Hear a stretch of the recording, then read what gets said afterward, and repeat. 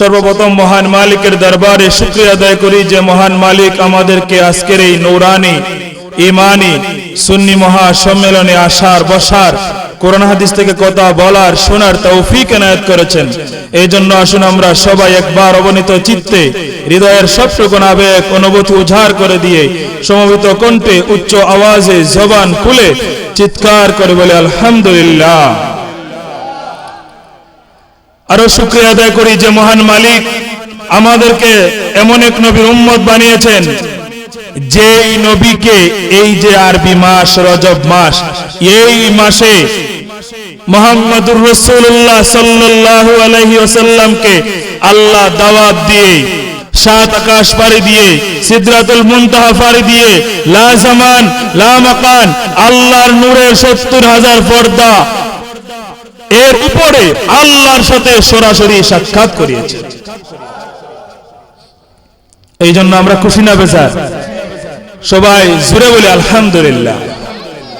মুহাম্মদুর রাসূলুল্লাহর মর্যাদা সম্মান শানের উপরে দুই জায়গা থেকে দুইটি আয়াত তেলাওয়াত করেছি। একবারে সংক্ষিপ্ত দুইটি আয়াতের ব্যাখ্যা দিয়ে আমার সংক্ষিপ্ত আলোচনা শেষ করব। এর আগে একটা কথা বলি, আমরা যে আজকে এই জমিনে বসলাম, একদিন হাসরের ময়দানে এভাবে যাইতে হবে কিনা? সবাই বলেন যাইতে হবে কিনা? আজকে আমরা যারা এই প্যান্ডেলের ভিতরে এই জমিনে বসেছি, আজকে হয়তো আমরা কেউ কাউকে প্রশ্ন করতেছি না, জবাব দেওয়া লাগতেছে না।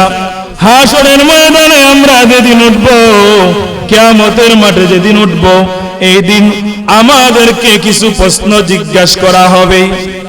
এর মধ্যে একটি হাদিসে আসছে যে সর্বপ্রথম নামাজের কথা জিজ্ঞাসা করা হবে, আরেকটি হাদিসে আসছে প্রত্যেকটা বনি আদমকে হাসরের ময়দানে 5টি প্রশ্ন করা হবে। সবাই বলেন কয়টি প্রশ্ন? আল্লাহ রাসূল বলেন হাসরের ময়দানে 5টা প্রশ্নের জবাব দেওয়ার আগে একজন বনি আদম একটা কদমও নড়তে পারবে না। এর মধ্যে 1 নম্বর প্রশ্ন হবে, আল্লাহ প্রশ্ন করবেন, ওরে আমার গোলামরা, ও আমার বান্দা বান্দিরা, তোমাদেরকে আমি আল্লাহ জমিনে পাঠিয়েছিলাম, তোমাদেরকে একটা জীবন দিয়েছিলাম, হায়াত দিয়েছিলাম, কারো 10 বছর, কারো 20 বছর, কারো 40, কারো 50, কারো 80, কারো 100, ঠিক কিনা বলেন? আল্লাহ বলবেন, আমার বান্দা ও আমার বান্দি, তোমাদেরকে যে একটা জীবন দিয়েছিলাম আমি আল্লাহ, ওই জীবনটা তোমরা কোন কাজের মধ্যে ব্যয় করেছো? এখন বলেন, জীবন মানে জন্ম থেকে মৃত্যু পর্যন্ত, ঠিক কিনা বলেন? কিন্তু আমার আল্লাহ সারা জিন্দেগীর কথা, জীবনের কথা প্রশ্ন করার পরে 2য় নম্বর আরেকটা প্রশ্ন করবেন, ওরে আমার বান্দা, ওরে আমার বান্দি, আমি আল্লাহ তোমাদেরকে যে একটা যৌবন কাল দিয়েছিলাম, যৌবনের সময় দিয়েছিলাম, ওই সময়টা তোমরা কিভাবে কাটিয়েছো, কিভাবে ব্যয় করেছো? এর মানে জিন্দেগীর কথা জিজ্ঞাসা করার পরে আবার স্পেশাল যৌবন কালটা জিজ্ঞাসা করবেন, ঠিক কিনা বলেন? তারপরে 3য় নম্বর প্রশ্ন করা হবে, ও আমার গোলামরা, ও আমার বান্দা বান্দিরা, দুনিয়ায় যে তোমরা উপার্জন করেছো, আয় করেছো, বলেন তো নিজের জীবন, পরিবারের স্ত্রী, মা বাবা, ভাই বোন, ছেলে মেয়ে, এদেরকে লালন পালন করার জন্য উপার্জন করার টাকা ইনকাম করার দরকার আছে না নাই? আমরা সবাই করি কিনা? আল্লাহ হাসরের ময়দানে প্রশ্ন করবেন, ওরে আমার বান্দা, দুনিয়ায় যে তোমরা উপার্জন করেছো, আয় করেছো, ওই আয়টা কিভাবে করেছো? কিভাবে আয় করেছো এটা হিসাব দিতে হবে। কে কোন দিকে আয় করতেছে, কে কোন দিকে হালাল ইনকাম করতেছে না হারাম ইনকাম করতেছে, সেই দিন কি মিথ্যা বলার সুযোগ আছে? মিথ্যা বলার সুযোগ? এখন দেখেন, হালাল ইনকাম যদি আপনি উত্তর দিয়ে দেন, পরে আরেকটা প্রশ্ন আল্লাহ করবেন, ওরে আমার বান্দা, ওরে আমার বান্দি, দুনিয়ায় যে তোমরা উপার্জন করেছিলে, টাকা ইনকাম করেছিলে, সম্পদ উপার্জন করেছিলে, ওই সম্পদটা, ওই টাকাটা, ওই উপার্জনটা তুমি কি কি কাজে ব্যয় করেছো? কারণ অনেক সময় আছে অনেকে হারাম ইনকাম করে, আবার অনেকে আছে হালাল ইনকাম করে, কিন্তু ব্যয় করার সময় হালাল টাকাটা হারাম কাজে ব্যয় করে, আছে না নাই? কষ্ট করে উপার্জন করে আপনি যদি গানের মধ্যে দিয়ে দেন, হালাল ইনকাম করলেন, কিন্তু ব্যয় করলেন কোথায়? হারাম কাজে। এই জন্য হালাল ইনকামও করতে হবে, হালাল উপায়ে ব্যয়ও করতে হবে, ঠিক কিনা বলেন? 5 নম্বর প্রশ্ন করা হবে, ও আমার বান্দা, ও আমার বান্দি, তোমাদেরকে আমি আল্লাহ যে জ্ঞান দিয়েছিলাম, ওই জ্ঞান অনুযায়ী তোমরা কতটুকু আমল করেছো? বলেন তো। নামাজ পড়লে আল্লাহর হুকুম মানা হয়, নামাজ না পড়লে জাহান্নামে যাইতে হয়, এই জ্ঞান আমাদের সকলের আছে না নাই? সুদ খাওয়া হারাম, সুদ খাইলে জাহান্নামে জ্বলতে হয়, ওই জ্ঞানটা আমাদের আছে না নাই? রাসূলুল্লাহর মহব্বত থাকলে জান্নাতে যাওয়া যায়, রাসূলুল্লাহর সাথে বেয়াদবি করলে জাহান্নামে যাইতে হয়, এই জ্ঞানটা আমাদের আছে না নাই? সুতরাং হাসরের ময়দানে ওই প্রশ্নের উত্তর দিতে হবে। 5টা প্রশ্নের উত্তর দেওয়ার আগ পর্যন্ত একজন বনি আদম হাসরের ময়দান থেকে একটা কদম নড়াচড়া করতে পারবে না। এই 5টা প্রশ্নের জবাব যেন আমরা হাসরের ময়দানে সবাই দিতে পারি, আল্লাহ পাক যেন আমাদেরকে হাসরের ময়দানে সুন্দরভাবে এই 5টি প্রশ্নের উত্তর দেওয়ার তৌফিক দান করেন। সবাই বলেন আমিন। আসুন, আমি যে 2টা আয়াত তেলাওয়াত করেছি, এর মধ্যে একটা আয়াত হলো আল্লাহ বলেন ওয়ারাফাউনা লাকা যিকরাক। আল্লাহ বলেন হাবিব মুহাম্মদুর রাসূলুল্লাহ সাল্লাল্লাহু আলাইহি ওয়াসাল্লাম, আমি আল্লাহ আপনার জিকিরকে, আপনার স্মরণকে, আপনার নামকে সমুন্নত করেছি, উচ্চ মাকাম পর্যন্ত পৌঁছিয়ে দিয়েছি। এই আয়াতের ব্যাখ্যায় হাদিসে কুদসির মধ্যে এসেছে ইযা যুকিরতু যুকিরতা মাই। হাদিসে কুদসি মানে আল্লাহ ইরশাদ করেছেন, রাসূলুল্লাহ বলেছেন, কথাটা আল্লাহর, কিন্তু আল্লাহ রাসূল থেকে বের হয়েছে। হাদিসে কুদসির মধ্যে বলা হয়েছে ইযা যুকিরতু যুকিরতা মাই, যেখানে আল্লাহর স্মরণ, যেখানে আল্লাহর জিকির, সেখানে হাবিবুল্লাহর জিকির। আসেন, এই কথার প্রমাণ উদাহরণ আছে না নাই? আমরা দেখি, আমরা যে ইমানদার, আমরা সবাই ইমানদার, ঠিক কিনা বলেন? মনে রাখবেন, নিজেকে ইমানদার দাবি করার সময় যদি বলেন ইনশাআল্লাহ আমি ইমানদার, হবে না। নিজেকে ইমানদার দাবি করার সময় ইনশাআল্লাহ চলে না, আত্মবিশ্বাসের সাথে বলতে হবে আমি ইমানদার, ঠিক কিনা বলেন? অন্য পৃথিবীর যত ভালো কাজ আছে, আপনি ভালো কাজ করার ইচ্ছা হলে বলতে হবে ইনশাআল্লাহ, যদি আপনার ভিতরে থাকে ঈমান। কিন্তু নিজে ঈমানদার দাবি করার সময় ইনশাআল্লাহ বলা যাবে? এর আমরা সবাই ঈমানদার, ঠিক কিনা বলেন? আমরা সবাই ঈমানদার। ঈমানের যে মূল বাণী কালেমা, কালেমাতুত তাইয়্যিবা, আমরা সবাই পারি কিনা? তাহলে সবাই একবার পড়ে লা ইলাহা ইল্লাল্লাহু মুহাম্মাদুর রাসূলুল্লাহ সাল্লাল্লাহু আলাইহি ওয়াসাল্লাম। বলেন তো, দেখেন ওই যে আল্লাহ বলেন ওয়ারাফানা লাকা যিকরাক, হাবিব আপনার জিকিরকে আমি আল্লাহ সমুন্নত করেছি। আর হাদিসের মধ্যে যে এসেছে ইযা যুকিরতু যুকিরতা মাই, যেখানে আল্লাহর স্মরণ সেখানে হাবিবুল্লাহর স্মরণ। লা ইলাহা ইল্লাল্লাহ, আল্লাহ ছাড়া কোনো ইলাহ নাই, আল্লাহ ছাড়া কোনো মাবুদ নাই, সাথে সাথে মুহাম্মাদুর রাসূলুল্লাহর নাম আছে না নাই? তাহলে যেখানে আল্লাহর নাম সেখানে হাবিবুল্লাহর নাম আছে না নাই? এখন আসুন, ঈমানের মূল বাণীর পরে পৃথিবীর মধ্যে সর্বশ্রেষ্ঠ ইবাদতের নাম কি? নামাজ। বলেন, সর্বশ্রেষ্ঠ ইবাদতের নাম কি? নামাজ। নামাজ পড়ার আগে আমরা আযান দেই কিনা? মসজিদে আযান হয় কিনা? আযানের মধ্যে আল্লাহু আকবার, আল্লাহু আকবার, আশহাদু আল্লা ইলাহা, আশহাদু আল্লা ইলাহা ইল্লাল্লাহ, এরপরে আশহাদু আন্না মুহাম্মাদুর রাসূলুল্লাহ আছে না নাই?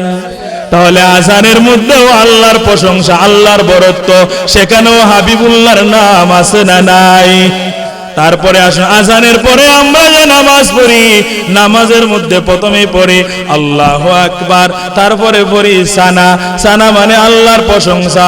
সূরা ফাতিহা পড়ি, সূরা মিলাই, রুকুতে যাই সুবহানা রাব্বিয়াল আযীম, আল্লাহর প্রশংসা। রব্বানা লাকাল হামদ, আল্লাহর প্রশংসা। সামি আল্লাহু লিমান হামিদা, আল্লাহর প্রশংসা। সিজদায় যায় সুবহানা রাব্বিয়াল আ'লা, আল্লাহর প্রশংসা।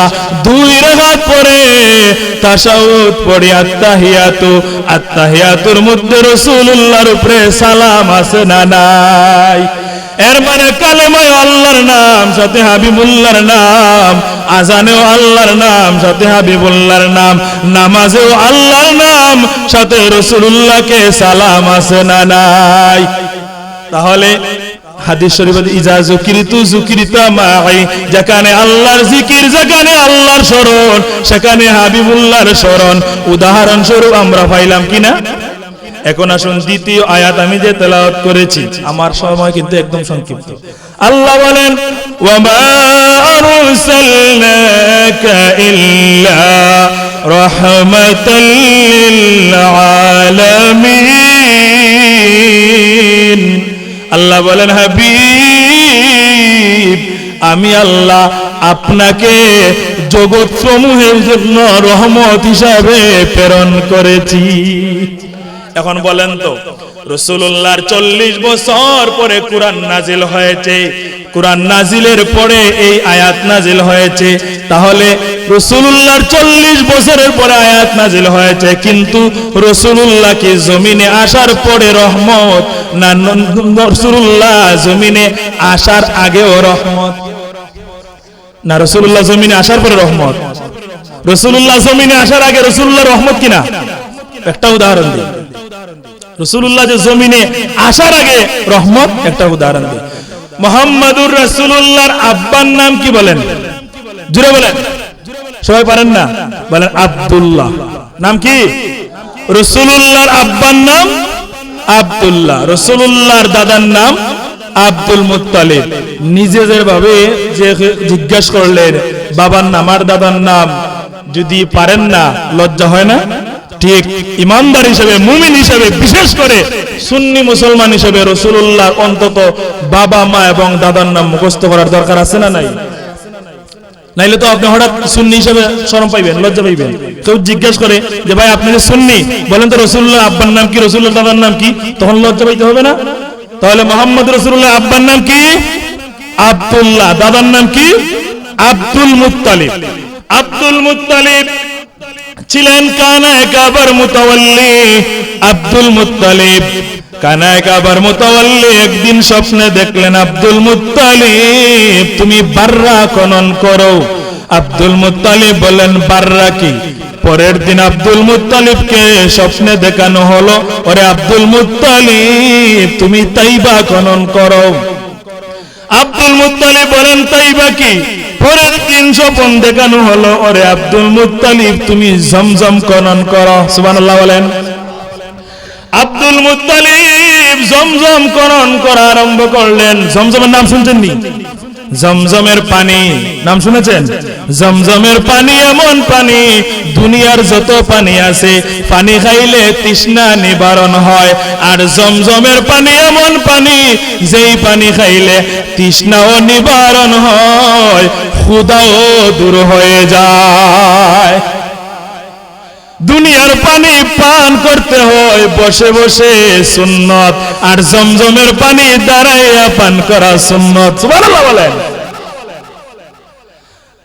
জমজম খনন করা আব্দুল মুত্তালিব, অনেক লম্বা ঘটনা, আমি সংক্ষেপে বলবো। আব্দুল মুত্তালিব কষ্ট করে জমজম খনন করলেন। কুরাইশদের যত লিডার ছিল, লিডাররা প্রথমে তাকে বাধা দেয়, কানায়ে কাবার সামনে তুমি কেন কুয়া খনন করো? মক্কা নগরে তো কুয়ার অভাব নাই। উনি বললেন আমাকে স্বপ্নে আদেশ করা হয়েছে তাদের বাধা দেওয়া সত্ত্বেও উনি কষ্ট করে তাদেরকে অতিক্রম করে তাদের বাধা না মেনে জমজম খনন করছেন। জমজম খনন করার পরে যেই সময় পানি বের হয়ে গেল, কুরাইশ লিডাররা এসে কয়, ওরে আব্দুল মুত্তালিব, এই জমজম কুয়ার মালিক তুমি একা না, আমরাও মালিক। আব্দুল মুত্তালিব বলেন, আগে তোমরা বাধা দিছো, এখন আমি কষ্ট করে খনন করলাম, তোমরা আমাকে সাহায্য করো নাই, সুতরাং এই জমজম কুয়ার মালিক আমি আব্দুল মুত্তালিব একা। কয় এটা আমরা মানি না। আব্দুল মুত্তালিব বলেন, এটা আমিও মানি না, এটা আমি। তারা কয় না, আমরা সবাই, যেহেতু তুমিও কুরাইশ বংশের, আমরাও কুরাইশ বংশের। শেষ পর্যন্ত ফয়সালা হলো, তারা বলে, ওরে আব্দুল মুত্তালিব, তুমি যেহেতু কানায় কাবার মুতাল্লিক, জ্ঞানী মানুষ, বিচারক মানুষ, তুমি বিচার মাননি। গ্রামের যে কোনো সাধারণ যদি হয় বিচার মানি না, তারপরে বেয়াদবি হয়ে যায়। আর জ্ঞানী মানুষ যদি হয় বিচার মানি না, তাহলে তো বিষয়টা খারাপ দেখায় না? কারণ জ্ঞানী মানুষ বিচার অবশ্যই মানতে হবে। উনি বলেন বিচার মানি। কয় তাহলে বিচার করব কে? আমরা যারা বিচারক সবাই তো দুই পক্ষ হয়ে গেছি। কয় তো তাহলে চলো সিরিয়ায় যাই। সিরিয়ায় গিয়ে একজন বিচারক আছেন যিনি ন্যায় বিচার করেন। কয় তাহলে চলো। সবাই উটের উপরে উঠলো, সাথে কিছু পানি নিল, খাবার নিল। সিরিয়া যাইতে যাইতে এর মধ্যখানে একটা বড় মরুভূমির মধ্যে সকলের পানি শেষ, খাবার শেষ, এখন পানির অভাবে মারা যাবে এই অবস্থা।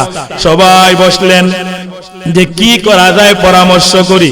অধিকাংশ মতামত দিলেন যেহেতু পানির কারণে, পানির অভাবে আমরা মারা যাব, সুতরাং এক কাজ করি, যদি সবাই মারা যায় কাউকে কবর দেওয়া যাবে না, আমরা সবাই কবর খনন করি।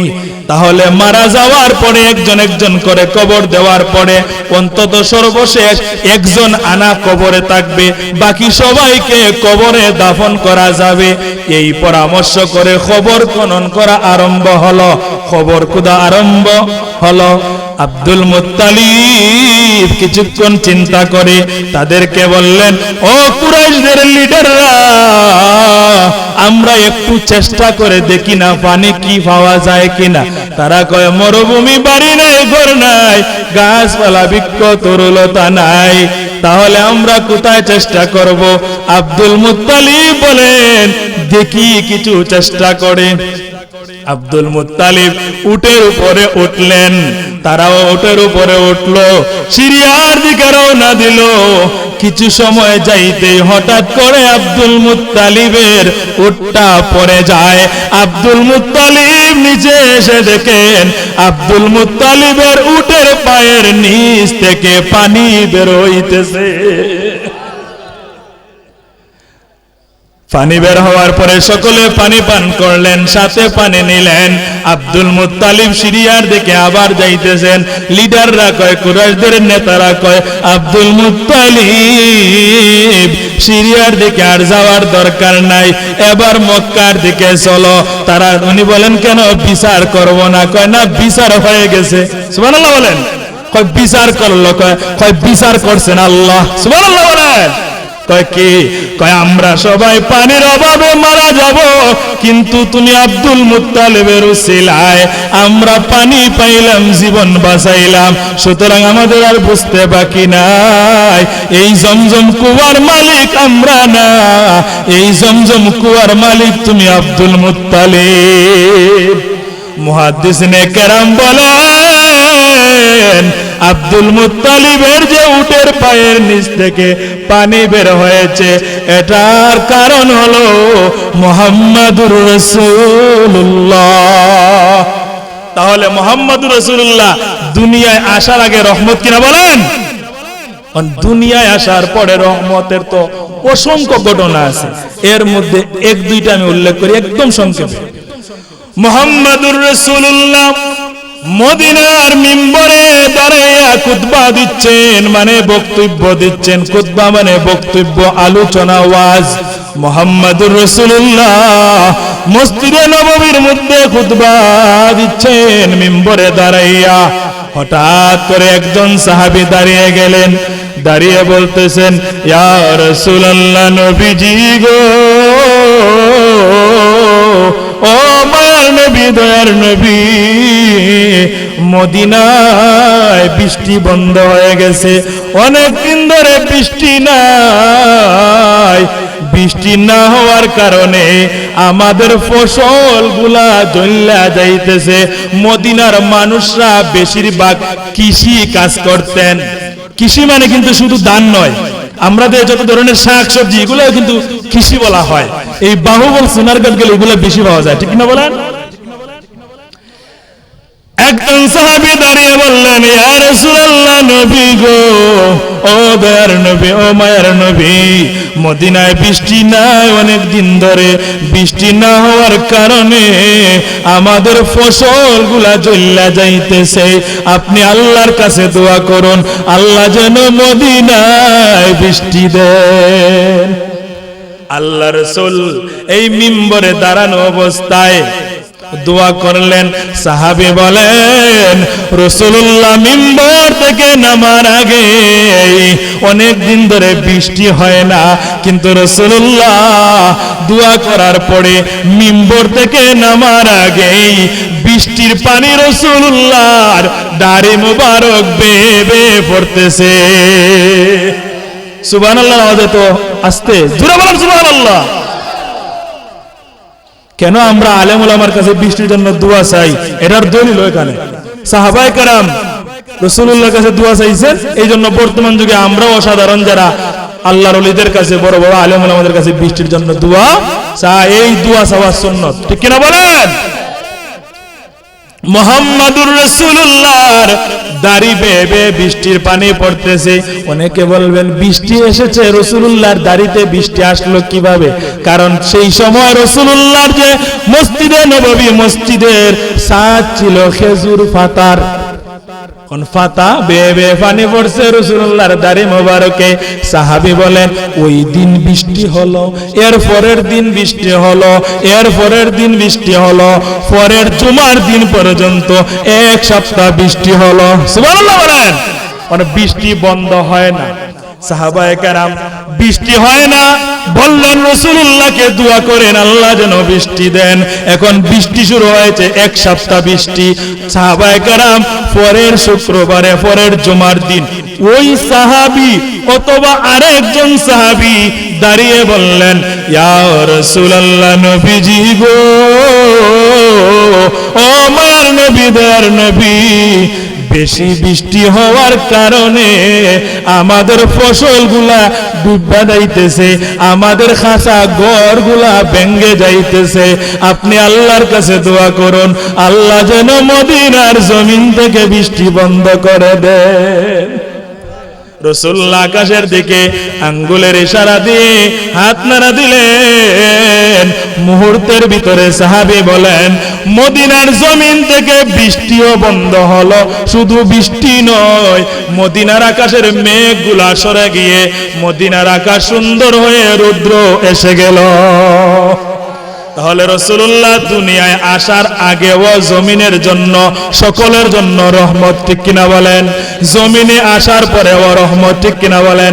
রাসূলুল্লাহ জমিন থেকে জান্নাতুল ফেরদাউস রওজা মুবারকে শুয়ে আছেন, এখনো রাসূলুল্লাহ রহমত, ঠিক কিনা বলেন?